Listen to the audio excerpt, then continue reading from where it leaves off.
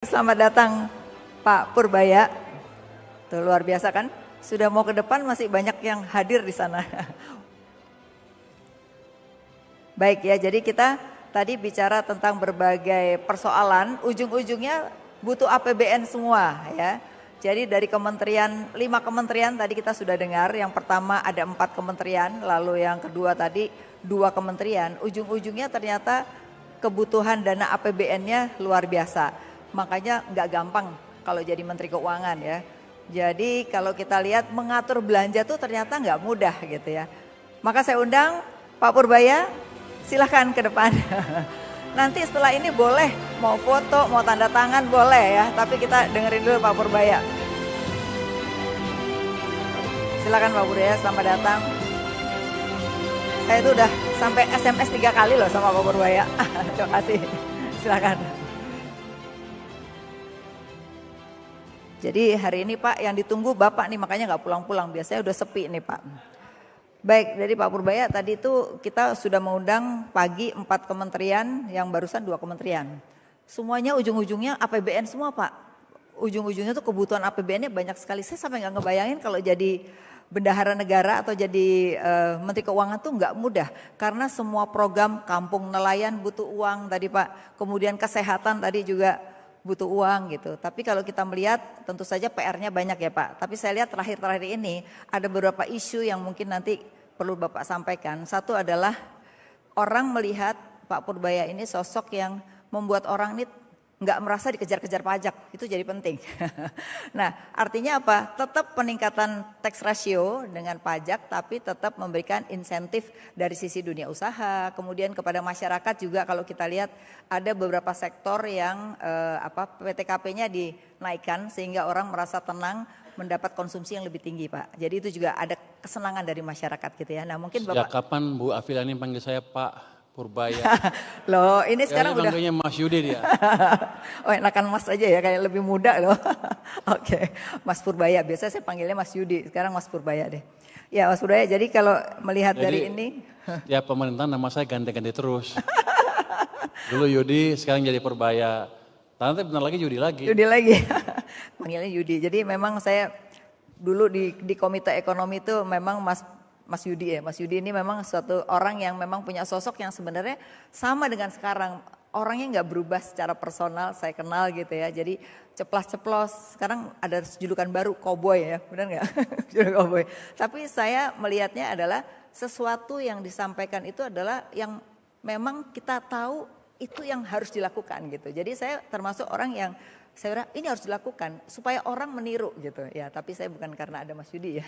Oke silakan Mas Yudi. Jadi kita pengen dengar satu adalah bagaimana sih sebenarnya melihat sekarang ini gebrakan-gebrakan yang dilakukan itu kan tujuannya adalah setuju banget gitu. Gimana mengalihkan anggaran kalau nggak dipakai ya. Kemudian memang sesuatu yang dibutuhkan itu yang harus didahulukan sehingga pertumbuhan. Orang tuh kadang-kadang nggak percaya dengan pertumbuhan. Karena seingat saya sarasehan yang ada Pak Prabowo waktu itu, orang yang optimis pada saat itu cuman Mas Yudi. Orang lain tuh pesimis semua.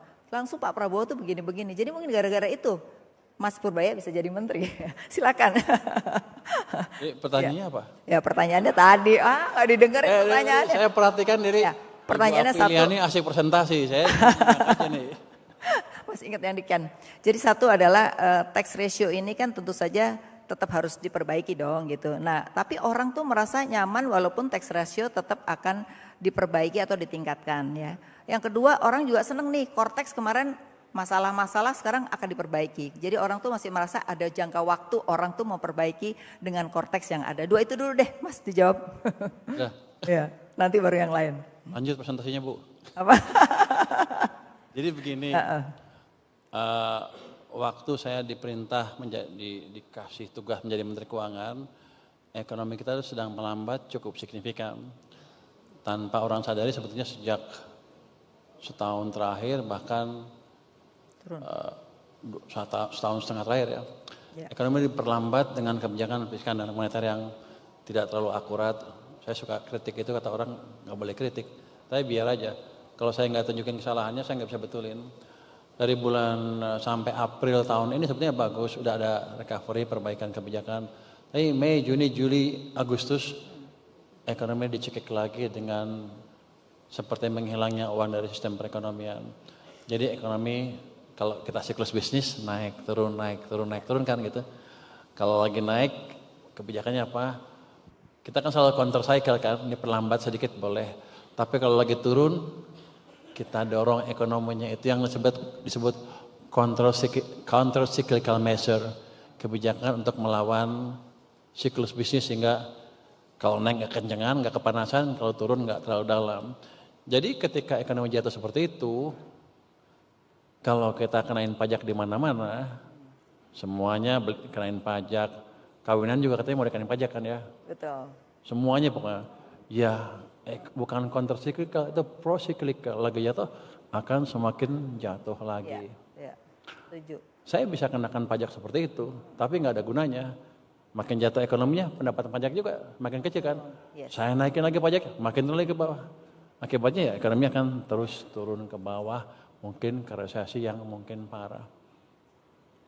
Untungnya saya ekonom betulan Bu, saya nggak sebodoh itu kelihatannya. Agak pinter dikit lah.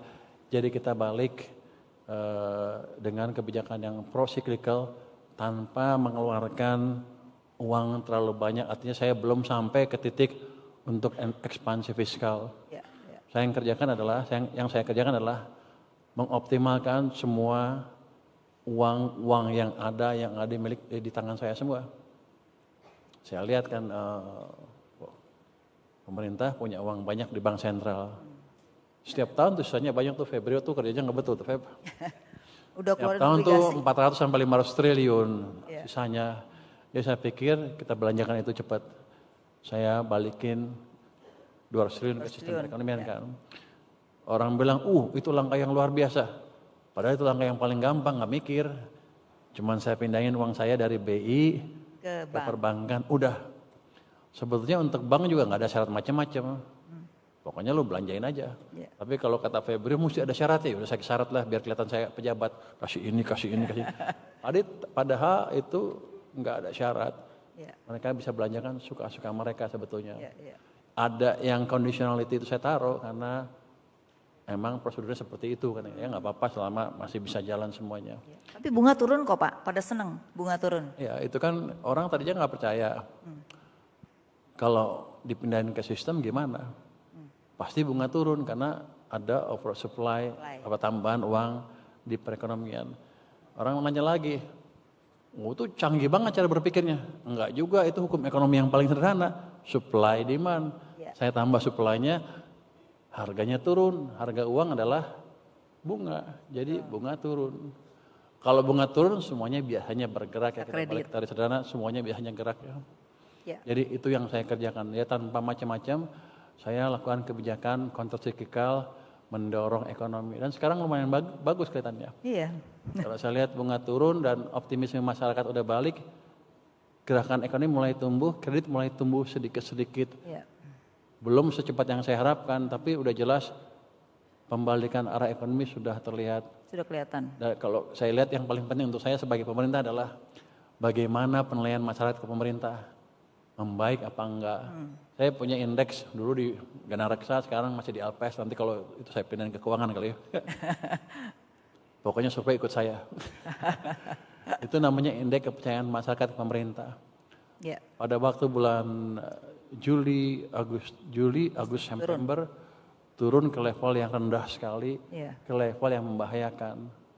Jadi demo-demo itu menandakan bahwa masyarakat nggak puas ke pemerintah karena ekonominya memburuk. Yeah. Ada kekhawatiran mereka belanja ya kalau lihat dari LPS datanya. Bukan khawatir, memang susah hidupnya. Jadi itu yang real, kesulitan ekonomi yang real. Ya. Karena memang ekonomi direm, laju pertumbuhan uang itu ketika itu 0%. Oh ini ada. Coba tahu di sini gambarnya. Sebelah sini. Mana? Datanya. Nah, boleh juga saya betangin dikit ya. Nah itu yang kanan tuh. Nah, itu. Itu yang oranye sebelah kanan tuh indeks kepercayaan konsumen terhadap pemerintah.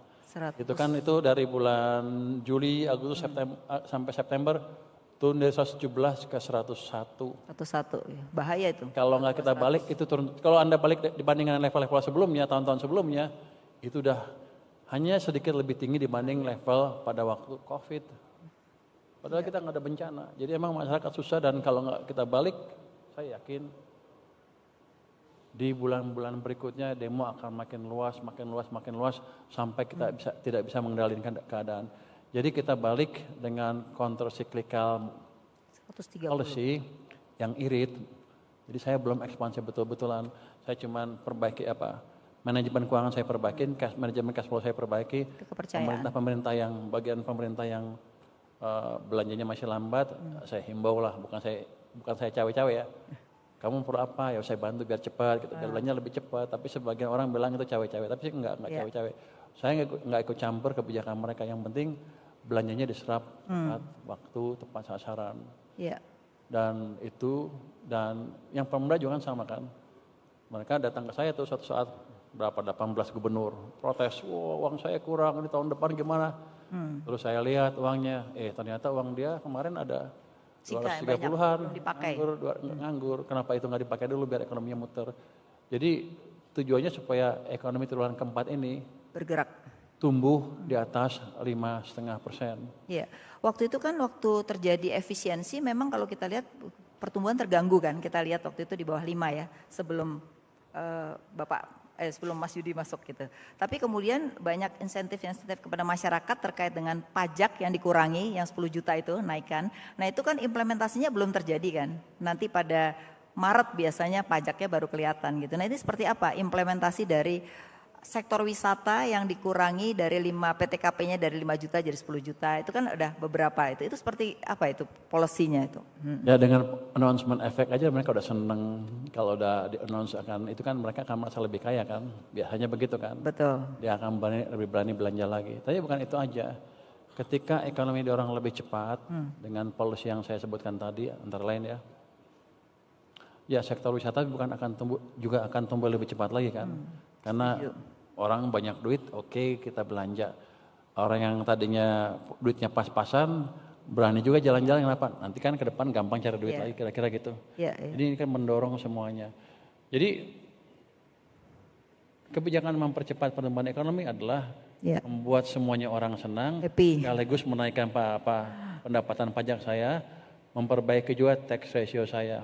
Karena selain government sector juga, saya pastikan private sector juga berjalan. Nah itu penting. Jadi monetary policy saya fiskal kenapa mau ngomong moneter ya? Boleh Pak Febrio? izin Pak, izin. Boleh dong. Saya ngomong sedikit. Ketika kebijakan fiskal berdampak ke moneter, bertambahnya uang di sistem, yang paling bergerak duluan adalah sektor real, swasta, bukan pemerintah. Jadi itu akan menggerakkan sektor real dengan lebih cepat lagi. Kalau kita bandingkan, Anda pasti nanya tax ratio gimana? Pada waktu zamannya Pak SBY, tax ratio itu sekitar 11. Betul. 11%. Zaman Jokowi turun 10,5, antara 10 sampai 10,5. Itu sekitar 0,5 sampai 1%. Kenapa? Yang zamannya Pak SBY itu private sector yang jalan, zamannya Pak Jokowi BUMN dan government sector lah kira-kira. Betul. Kalau sekarang saya hidupkan lagi private sector, kan kira-kira tax ratio akan naik 0,5 sampai 1%. Dari sekarang 10 ya? Sekarang masih 10 kan? 10 sampai 11 sudah hampir di tangan. Itu income tambahan ke saya itu 120 sampai 240 triliun tanpa ngapa-ngapain. Jadi saya aktifkan sana untuk menaikkan pendapatan pajak saya. Oke, nah kalau tadi melihat private sector kan akan menjadi satu hal yang diharapkan kan. Tapi kalau melihat dari kondisi saat ini gitu, apa masih yakin dengan private sector nih? Karena private sector nih sama-sama menunggu nih. Gimana cara memberikan keyakinan private sector ini bisa melonjak? Gimana? Kebijakan fiskal dan moneter sedikit. Boleh lah itu. Ada delaynya di perekonomian tuh, nggak langsung hidup. Biasanya kalau di Amerika katanya 14 bulan. Kalau di sini tuh 4 bulan udah kelihatan tuh, itu moneter bergerak, 4 bulan nanti private sektornya udah mulai tumbuh lebih cepat. Kreditnya mungkin sebulan 2 bulan udah tumbuh lebih cepat juga. Jadi ada delay dari kebijakan yang saya lakukan. Tapi saya yakin itu pasti akan terjadi karena stimulusnya tidak saya hilangkan di bulan-bulan ke depan. Bahkan kalau yang 200 tadi kurang, saya akan tambah lagi. Saya orang kaya, Bu. Serius banget Bu Afi ini. Soalnya serius tuh dengerin Menteri Keuangan ngomong. Oke. Nah, ada satu hal lagi yang kemarin juga lagi rame kan para gubernur datang nih ya terkait dengan transfer ke daerah kan. Nah, jadi memang banyak bukan komplain sih, diskusi lah di sana sini. Ini orang otonomi daerah tapi transfer ke daerah kenapa dikurangi? Padahal pada saat itu kan efisiensi kan ya. Tapi kalau kemarin statement dari Menteri Keuangan adalah bisa belanja nggak? Kalau nggak bisa belanja baru kalau bisa belanja baru saya tambahin gitu. Tapi sebenarnya di era otonomi ini kan transfer ke daerah itu sebenarnya seperti apa sih lebih gambarannya gitu ke depan? Jadi waktu saya jadi Menteri Keuangan kan bulan September ya, September tanggal 8 kan. Ya. Itu udah hampir setengah diketok ya, transfer daerah. Jadi bukan saya yang motong transfer ke Iya daerah. betul, hampir 400. Tapi setelah itu ribut kan, setelah tanggal 9, Menteri Dalam Negeri mengajukan revisi terhadap anggaran APBN 2026. Ya. Di situ ada kenaikan transfer ke daerah 43 triliun. Saya nggak kurangin sepeser pun. Saya cuma nanya, udah cukup Pak? Cukup. Ya udah, go ahead. Oke. Tahunya masih dipotong banyak, nggak cukup. Cuman begini, saya bilang ke daerah, mereka datang ke saya kan, kalau sekarang saya naikin transfer ke daerah, nggak mungkin. Iya. Karena pandangan dari pimpinan di atas nggak seperti itu. Dia pengen lihat perbaikan dari cara daerah membelanjakan uangnya dalam hal mendorong pertumbuhan ekonomi dan lain-lain. Jadi saya bilang ke mereka, cobalah tunjukkan 2 triwulan ini, triwulan sekarang sama triwulan 1 tahun depan, bahwa Anda sudah lebih pandai mengelola keuangan daerahnya. Nggak ada bocor dan lain-lain, belanja tepat waktu. Nanti kalau itu berhasil, saya hitung kan ekonomi kita udah lebih bagus kan. Income saya juga lebih bagus kan harusnya. Saya akan pertimbangkan tambah transfer ke daerahnya. Tambahan ya. Tambahan. Tapi kalau Anda nggak perbaikin, saya nggak bisa propose itu ke atas. Nanti saya yang digetok kira-kira begitulah. Iya. Ini dua arah lah. Iya. Saya bilang bantu saya untuk membantu Anda. Iya. Oke. Nah, kalau kita lihat sebenarnya transfer ke daerah tuh secara tidak langsung sebenarnya nambah ya. Ada MBG di daerah juga gitu ya. Terus kemudian ada program-program lain yang kalau kita lihat dari Kementerian Kesehatan, tapi memang ada di pusat, tapi sebenarnya kan daerah yang mendapatkan juga gitu. Nah, ini seringkali tidak mau membantu tanggung jawab terhadap pelaksanaan ini. Gimana nih? Tahun depan tuh naiknya sama dengan lebih dari 2 kali berkurangnya transfer ke daerah untuk dana-dana seperti itu. Jadi dana pemerintah pusat yang dibelanjakan ke daerah untuk itu naik dari 900 ke 1.300 triliun kan naik 200. Padahal transfer daerahnya turun 200 kira-kira ya Pak ya. Sebenarnya banyak uang di daerah, jadi banyak. Cuman kan begini, pemimpin daerah kan ingin juga memberi peran yang lebih signifikan ke pembangunan daerahnya. Mungkin mereka punya rencana sendiri yang nggak terlalu cocok dengan rencana pemerintah pusat. Tapi ini kan proses pembelajaran dari otonomi daerah. Otonomi daerah kan didesain untuk memaksimalkan uang di daerah karena mereka dianggap lebih tahu apa kebutuhan daerahnya. Kebutuhan daerah ya. Tapi ketika banyak yang macet, banyak yang nggak dibelanjakan, timbullah pertanyaan apa benar mereka tahu. Karena saya bilang belanja lebih bagus 2 triwulan ke depan, nanti kita bisa propose ke atas untuk menambah uang ke daerah. Kalau mereka mau. Oke. Oke, satu lagi yang juga menarik adalah mengenai hutang nih ya. Hutang kita tuh kan makin tinggi ya. Tapi kalau kita lihat pembangunan makin banyak, tapi banyak pembangunan yang tidak bermultiplier efek terhadap ekonomi. Jadi pembangunan infrastruktur besar-besaran, bahkan ada daerah yang mau mengembalikan infrastrukturnya ke pusat gara-gara setelah dia dapat dari pemerintah pusat dibangun infrastruktur, dia nggak bisa kuat, nggak bisa bayar maintenance-nya gitu. Nah ini kan terjadi di hampir banyak daerah gitu. Misalnya pelabuhan di mana-mana tapi nggak ada kapalnya. Gitu.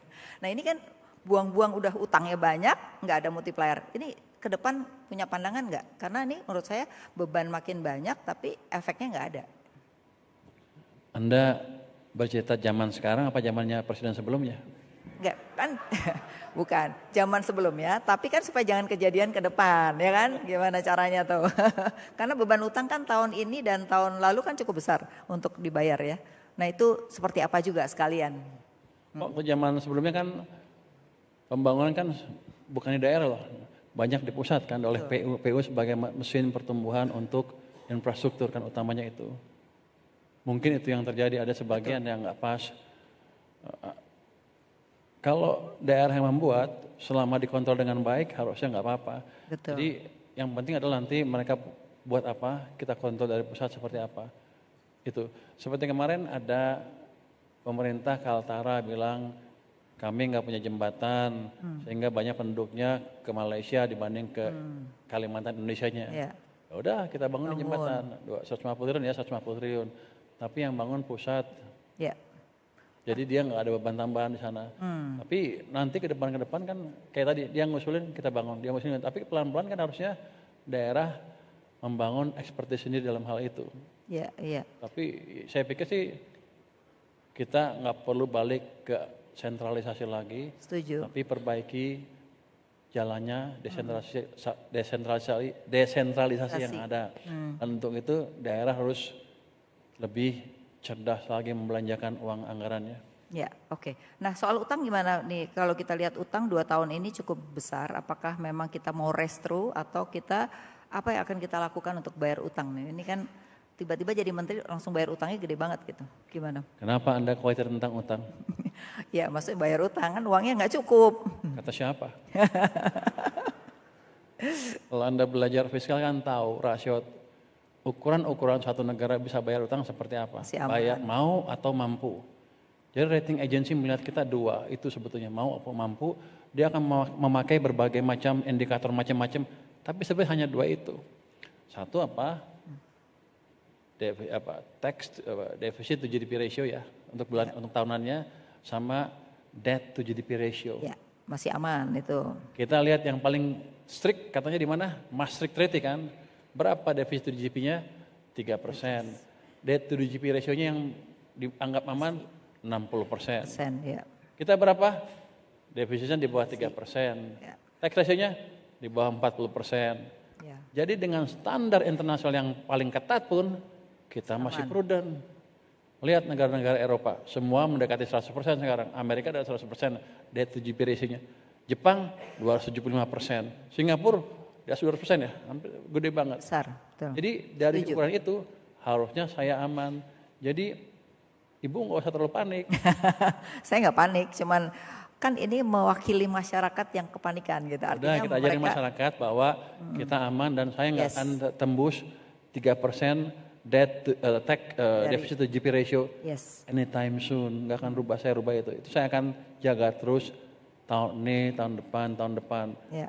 Nanti kalau tumbuh kita udah 7%, misalnya 7%, kita pertimbangkan perlu nggak kita kurangin pajak atau perlu nggak kita kurangin debt-nya atau perlu nggak kita tambahin debt-nya untuk nembus 8%. Yeah.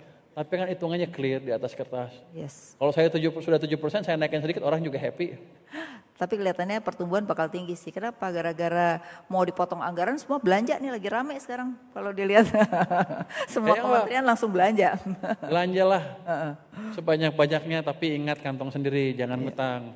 Artinya ini. Oke, Mas. Perlu untuk mendorong pertumbuhan ekonomi. Oke, baik. Di sini udah banyak yang pengen nanya, tadi udah banyak titipan gitu. Tapi nggak apa ya, kita dengerin yang tanya boleh ya? Boleh. Oke. Mungkin saya silakan dulu, di sini udah ada catatan saya yang mau nanya. Bentar, ini catatan yang sudah mana nih catatannya kok hilang. Oke. Yang pertama saya persilakan di sini dari pendiri Indef nih mau nanya, Prof Didin. Silakan Prof Didin Damanhuri. Dari siapa? Profesor Didin Damanhuri. Nah, dari temennya itu ya, temennya orang tuanya Mas Purbaya. Ekonom senior Indef juga. Dari Bogor juga Pak. Silakan Prof Didin. Ya selamat dulu 2 bulan sudah jadi menteri yang paling populer Pak ya. Terima kasih Pak, terima kasih. Ada 2 pertanyaan, yang pertama tentang 200T itu. Laporan Kepala OJK mengatakan range alokasinya sudah sampai 30-70%. Tapi tidak dijelaskan alokasinya kelompok bisnis mana ini. Kalau apakah juga koperasi desa sebagian besar ataukah kelompok bisnis besar. Kalau alokasi 200T ke kelompok bisnis besar memang bisa mendekati pertumbuhan tinggi. Tapi makin bisa memperburuk ketimpangan yang sudah buruk sekarang ini. Itu yang pertama. Yang kedua, Pak Purbaya sudah berhasil mengungkap katakanlah tanda petik mafia keuangan negara gitu ya. Bukan mafia sebenarnya. Wah itu Anda yang bilang loh, saya nggak ikut. Sebelah Bapak tuh mafianya tuh. Mafia. Ada 258,6 itu dari deposito berjangka. Ada dari daerah 234. Pengemplang pajak 60M. 60T. Pertanyaan saya, mohon publik bisa dijelaskan peta jalannya untuk mencapai yang dijadikan Pak Purbaya akan menurunkan utang yang menurut CNBC yang kutip dari Bu Sri Mulyani terakhir itu sudah 10.350 triliun. Okay. Sudah 42% Pak, bukan kurang dari 40%. Yang kedua adalah skenario mencapai 6% pada tahun 2006, 2007 7%, 2009 8%. 8%. Skenario-nya kayak apa gitu. Iya. Terima kasih Pak. Terima kasih. Ya, terima kasih Pak Didin. Kita dengar ada 3 dulu ya, nanti baru. Kalau 8% pakai doa. Yang kedua ada Pak Bursa Zarnubi, ada hadir? Tidak hadir? Oh, baik kalau tidak ada. Rangga Cipta, Chief Economist dari Mandiri Sekuritas. Ya, silakan. 2 menit ya pertanyaannya. Selamat siang Pak Menteri. Ada satu pertanyaan pada saya Pak. Tadi kan disebutkan memang salah satu usaha dari Kementerian Keuangan selain memberikan counter cyclical policy juga tax reform Pak ya. Dari Cortex dan di media kita tahu juga Kementerian Keuangan rajin untuk membersihkan misalkan rokok ilegal, lalu juga masalah di bea cukai dan tadi ya masalah pengemplang pajak. Tapi salah satu concern Pak ya adalah bahwa terlepas itu ilegal atau tidak gitu ya. Secara teori yang namanya penyerapan pajak ini ada risiko mengurangi disposable income dari masyarakat Pak. Yang mana tadi kan agak berlawanan dengan semangat counter cyclical policy. Ya, jadi pertanyaan saya apakah ada kebijakan tambahan misalkan relaksasi dari tingkat pajak ataupun misalkan relaksasi PTKP untuk bisa mengoffset tadi kenaikan istilahnya effective rate dari tax reform yang dilakukan oleh Kementerian Keuangan. Terima kasih. Ya, terima kasih. Silakan dijawab dulu, nanti ada 2 lagi. Saya nggak dengar pertanyaannya, saya coba jawab deh. Jadi apa yang pertama tadi? Pak Didin. Alokasi kelompok, alokasi yang 200 triliun seperti apa? Sebetulnya kita minta ke perbankan yang menerima dana itu, jangan Anda kasih ke konglomerat itu. Dan nggak boleh beli dolar. Karena kalau nggak rupiahnya akan diperlemah gitu kan. Tapi yang lain bebas sebetulnya. Jadi sebetulnya yang saya jalankan adalah memindahkan uang ke sana, harusnya saya nggak peduli apa-apa. Saya memakai expertise dari sistem perbankan untuk menyalurkan dana itu ke perekonomian tanpa intervensi saya sebetulnya, maunya begitu. Walaupun ada ngomong sedikit tapi sebetulnya itu yang saya pakai. Ini harusnya kalau normal sistem perbankannya bagus, dia akan nyebar ke sistem perbankan pertama, kemudian ke kredit dan lain-lain, itu akan menggerakkan perekonomian. Jadi teori yang saya pakai itu sebetulnya saya nggak intervensi terlalu besar terhadap penggunaan dana itu. Seperti ada dana segar ke perbankan, jeder, dia nggak bisa naruh di bank sentral lagi, saya pesan ke bank sentral jangan diserap ya dana itu. Jadi uangnya kan sekarang di brankas mereka banyak. Kalau mereka taruh di brankas terus rugi. Dia bayar sama saya hampir 4%. Dia terpaksa menyalurkan uang itu mungkin pertama di interbank, di tempat lain, di kredit, akhirnya pasti kredit. Kredit kasih cari yang bagus-bagus. Ada proyek-proyek bagus, banknya terbatas, berebut, banknya ada banyak kan, berebut ke proyek yang terbatas itu, bunga akan turun. Jadi saya ciptakan suruh mereka untuk berkompetisi di perekonomian supaya bunga pinjaman turun, dan sekarang udah turun cukup ya. Bunga deposito juga turun sehingga orang yang punya uang banyak kayak Bu Afi nih, gak sayang lagi naruh uangnya di bank, gue belanjanya sekarang, tahu bunganya lebih kecil. itu salah satu impact dari turunnya opportunity cost of money. Dan kita lihat tadi Bu Afi dia udah suka belanja lagi. Apa yang baru sepatunya baru kali sekarang. Baru beli kemarin. Karena sekarang bunganya lebih sedikit kalau taruh di bank sentral. Jadi itu utamanya. Jadi kita nggak intervensi macam-macam. Mafia keuangan negara. Saya nggak terlalu ngerti itu Pak. Yang penting untuk saya adalah sekarang kalau Pemda, pemerintah pusat, kementerian punya anggaran, belanjakan sesuai dengan anggaran ya. Nanti kalau penyelewengan biar aja BPK yang periksa, itu kan bukan tugas saya. Tugas saya adalah mereka ngabisin uang saya. Kalau enggak saya bayar bunga, uang yang nggak dipakai saya rugi besar. Kalau 400 triliun aja saya bayar bunganya kan 4 kali 6, 24 triliun. Cash. Yang saya harus bayar untuk uang yang kayak nggak saya pakai. Saya suka bercanda. Kalau 24 triliun saya beliin kerupuk dapat banyak tuh. Terus 6%, 7%, 8% agak susah ya. Itu pakai doa, pakai ini effort. Cuma untuk 6% kelihatannya nggak terlalu susah. Karena kita pernah tumbuh 6% di zaman siapa? Di zaman Pak SBY, on average 6%. Pada waktu itu yang tumbuh, yang mendorong pertumbuhan adalah private sector. Karena monetary policy cukup longgar. Sekarang zamannya Pak Jokowi tumbuh 5%, yang gerak utamanya pemerintah. Sedangkan private sektornya cenderung berhenti.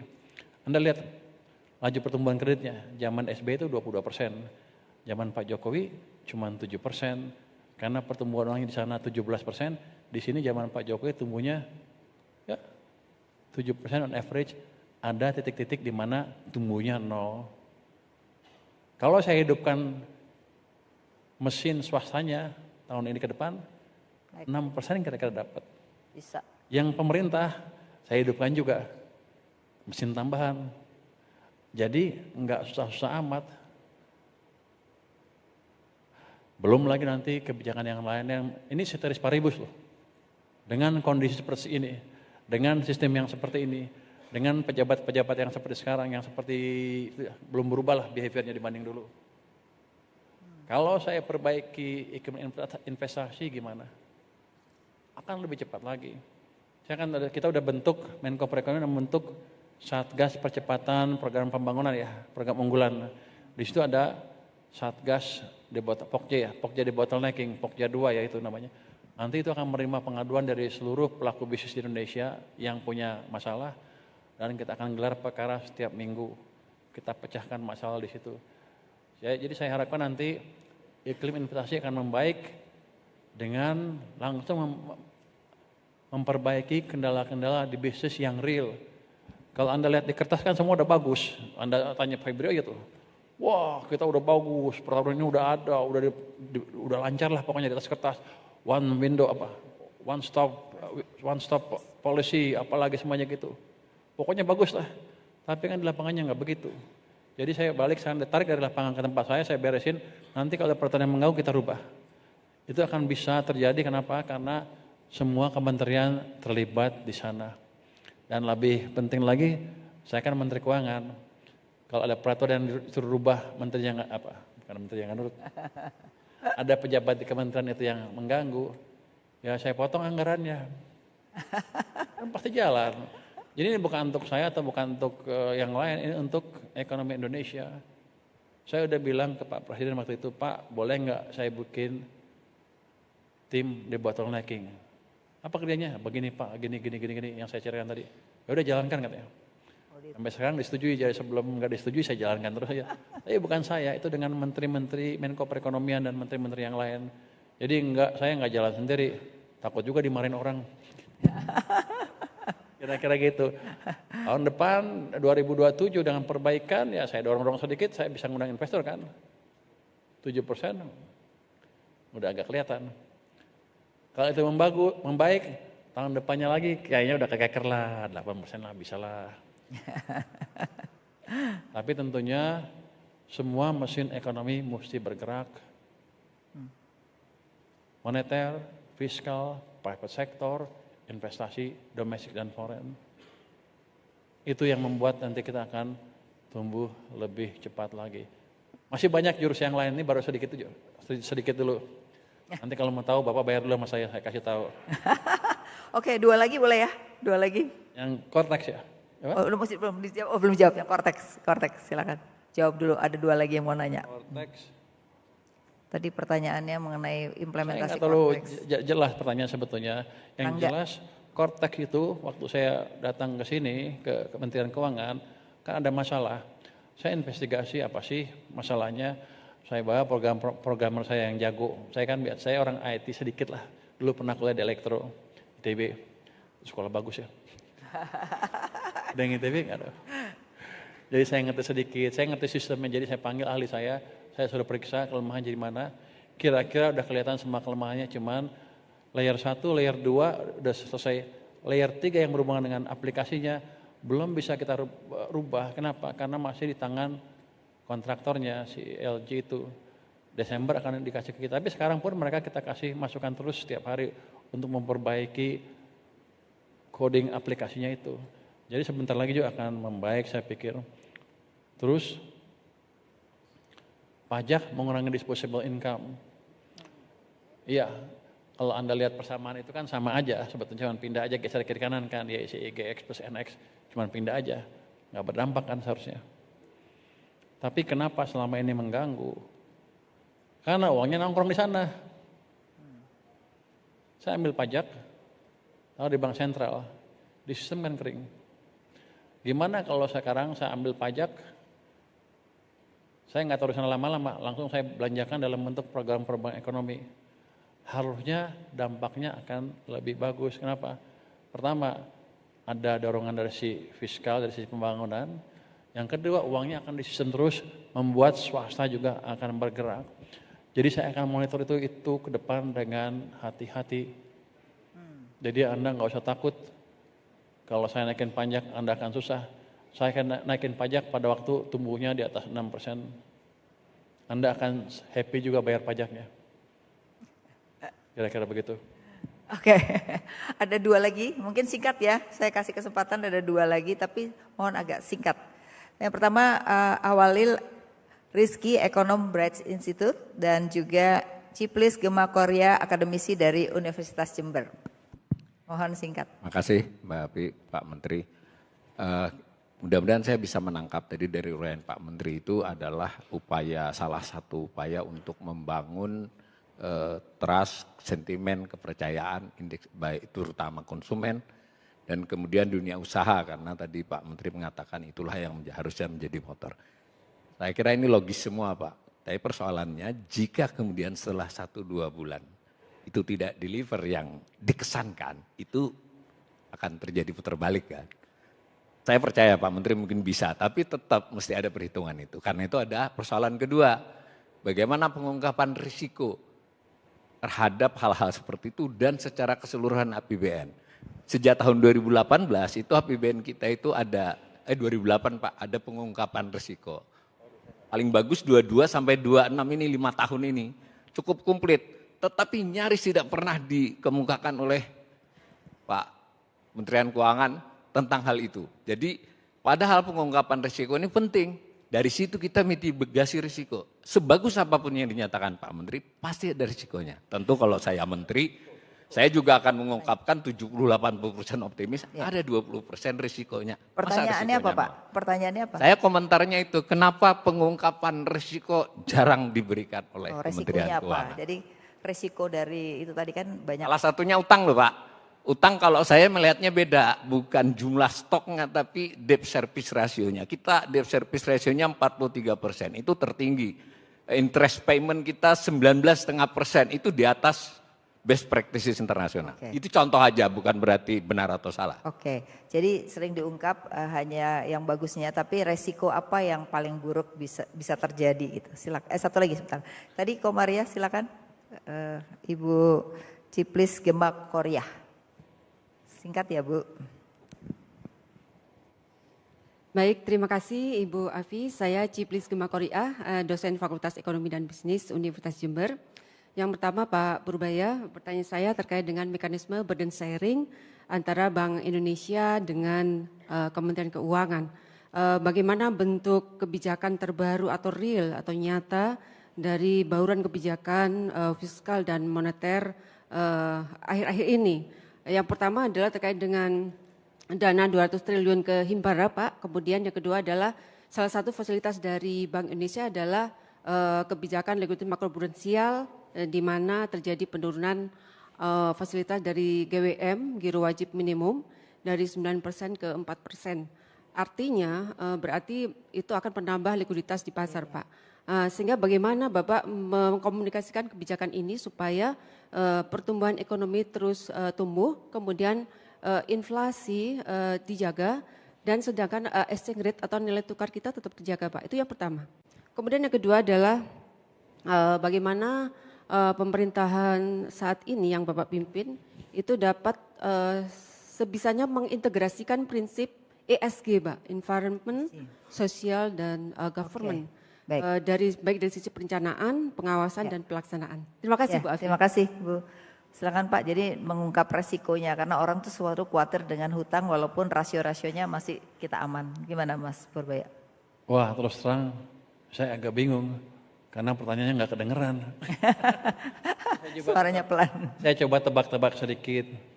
Jadi membangun trust, ya itu penting. Kalau Anda pernah baca buku Macroeconomic of Self-Fulfilling Prophecy, memang ada seperti itu. Ketika orang menganggap atau berharap memprediksi ekonominya bagus, bisnis akan ekspansi, konsumen juga akan belanja itu. Jadi saya umumkan waktu itu, bukan mau gaya-gayaan, saya taruh 200 triliun sebetulnya untuk membangun ekspektasi yang positif tadi. Tapi itu nggak ada gunanya kalau saya nggak langsung implementasikan. Makanya begitu ngomong dalam 2 hari uang masuk ke sistem. Ini masih ekspektasi.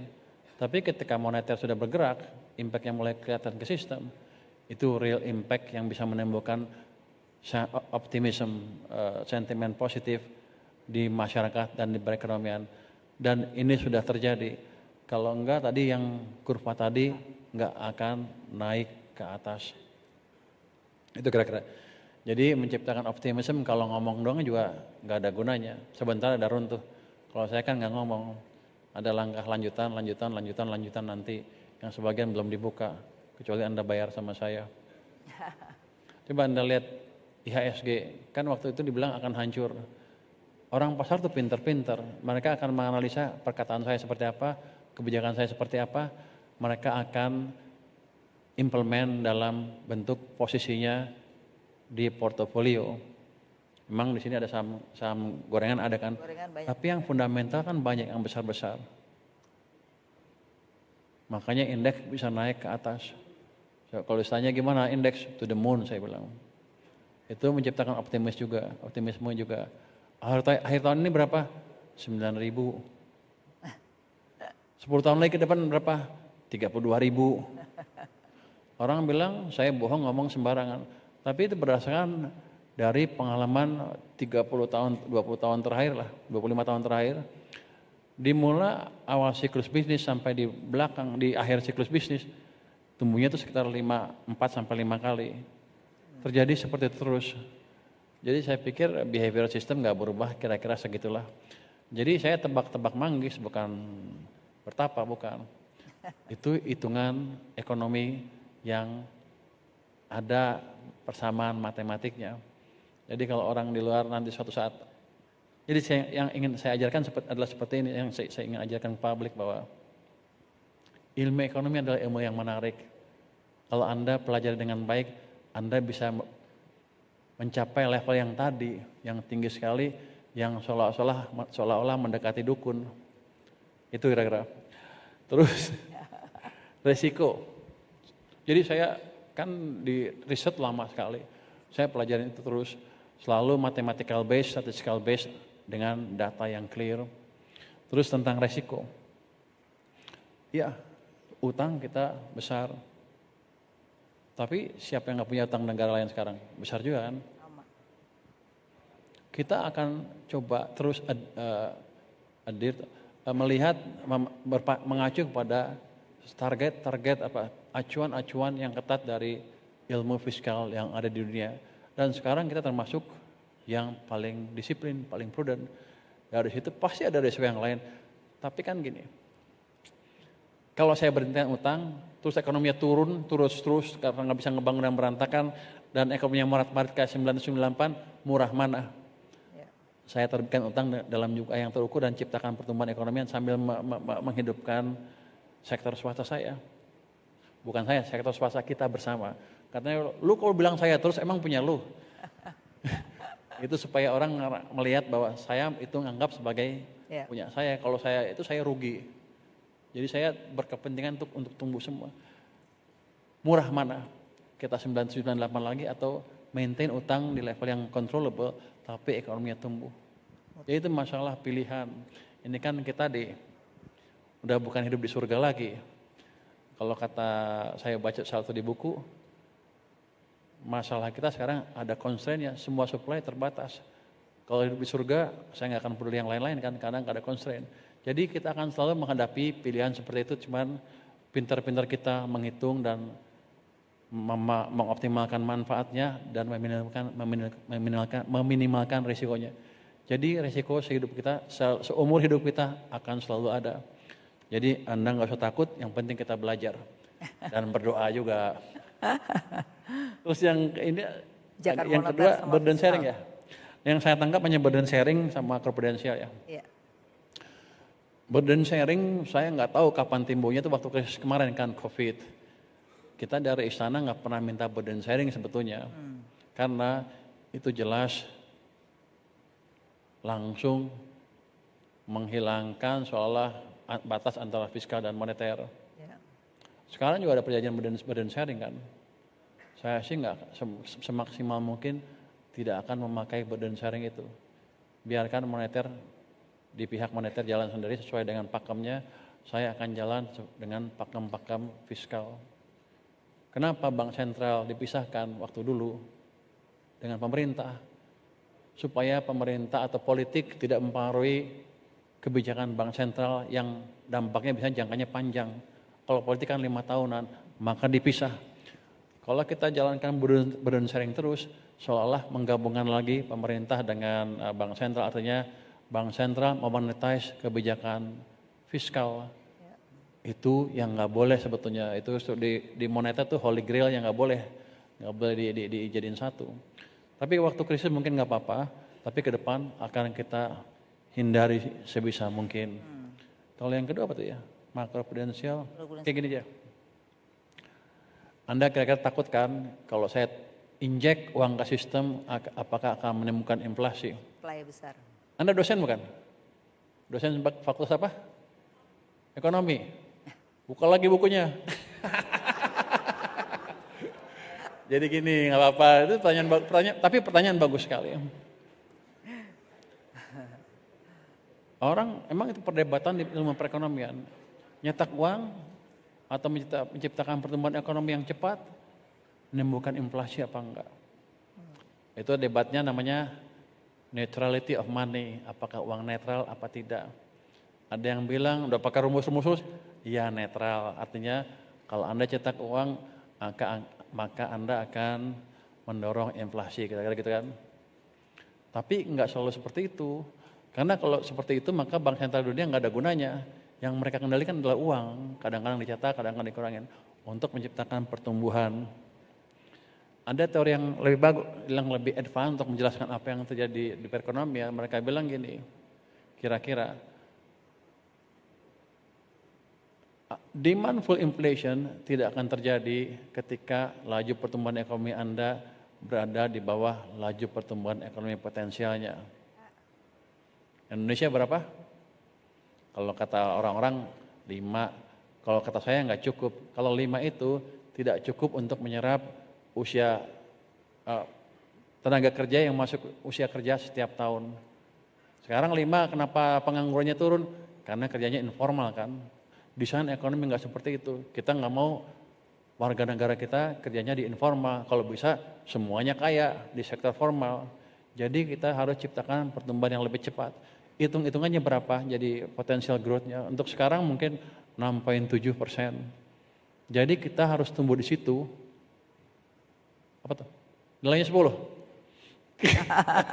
Saya nilainya 10 katanya. Harus tumbuh di sekitar di 6,7 minimal untuk menyerap tenaga kerja yang memasuki usia kerja di sektor formal. Jadi saya bukan bicara tenaga kerja yang kurang terjamin masa depannya. Kita ngomong yang sektor formal yang terjamin masa depannya. Kayak gitu. Nanti kalau pertumbuhan ekonomi di atas sana, dalam beberapa tahun baru timbul apa yang disebut demand pull inflation. Kalau sekarang terlalu dini, karena selalu setelah krisis kita nggak pernah tumbuh 6,5%. Jadi banyak tenaga kerja kita yang masih nganggur atau kerja pun di sektor informal, bahkan sarjana loh, banyak yang seperti itu. Jadi Anda nggak usah takut kita tumbuh terlalu cepat sekarang, justru kita harus tumbuh lebih cepat supaya kita semua bisa kaya bersama. Iya, terima kasih. Pertanyaan terakhir tapi jawabnya singkat aja. Jadi nggak kita PPN jadi 8%? PPN jadi 8%. PPN. Kan ini udah banyak kajian, katanya bakal turun nih. Ibu Menteri Keuangan ya? Bantuin Menteri Keuangan. Jadi gini, kan kemarin diusulkan naik 12%, akhirnya cuma naiknya ke 11%. Orang ngusulin lagi, jangan ke 11 lah, coba turunin ke 9 apa 8%. Waktu di luar juga saya enaknya ngomong ke turunin aja ke 8%. Tapi begitu jadi Menteri Keuangan, setiap 1% turun, saya kehilangan pendapatan 70 triliun. 70 triliun. Wah, rugi juga nih. Jadi kita pikir-pikir, gini deh. Saya hitung dulu, sebetulnya kondisi kemampuan kita mengumpulkan teks sama cukai seperti apa sih kalau sistemnya diperbaiki. Saya akan perbaiki sekarang sampai 2 triwulan ke depan ya. Mungkin akhir triwulan pertama tahun depan saya sudah lihat. Dari situ saya bisa ukur sebetulnya potensi saya berapa sih yang real. Nanti kalau saya turunkan kurangnya berapa, dampak pertumbuhan ekonominya berapa. Tapi itu sudah di atas rencana, di atas kertas. Sudah direncanakan, tapi saya harus hati-hati karena saya belum tahu. Saya kan baru berapa bulan ya, 2 bulan juga belum. Sampai akhir tahun berapa sih kemampuan tax collection kita yang betul dengan perbaikan sistem. Nanti saya hitung semuanya. Jadi walaupun saya sembarangan kayak cowboy, enggak, saya pelit dan hati-hati. Kalau jeblok nanti di atas 3% defisit saya. Nanti ibu ledekin saya lagi. Tadi yang itu juga, tadi Mas itu ledekin saya juga. Tidak hati-hati resikonya, gini-gini. Padahal udah kita hitung Mas. Jadi walaupun saya kelihatannya konyol, enggak konyol-konyol amat Pak. Oke, mudah-mudahan kita bisa turun ya. Kita bantu untuk meningkatkan pajak supaya PPN kita jadi turun. Terima kasih Pak Purbaya, banyak hal Mas Purbaya, banyak hal yang sudah kita bisa diskusikan pada hari ini. Dan terima kasih atas kehadirannya yang tadinya nggak jadi datang, sekarang jadi datang. Suatu kehormatan, terima kasih banyak. Assalamualaikum warahmatullahi wabarakatuh. Kita berikan tepuk tangan sekali lagi untuk Bapak Purbaya Yudisadewa, Menteri Keuangan Republik Indonesia. Pak Purbaya untuk tetap berada di atas panggung karena kami abadikan momennya terlebih dahulu bersama dengan Ibu Afiliani. Terima kasih sekali lagi Menteri Keuangan Republik Indonesia Bapak Purbaya Yudisadewa. Jempolnya itu yang legendaris dari Pak Purbaya. Kita bisa foto bersama, kita berikan momennya, berikan tepuk tangan sekali lagi untuk Menteri Keuangan Republik Indonesia Bapak Purbaya Yudisadewa.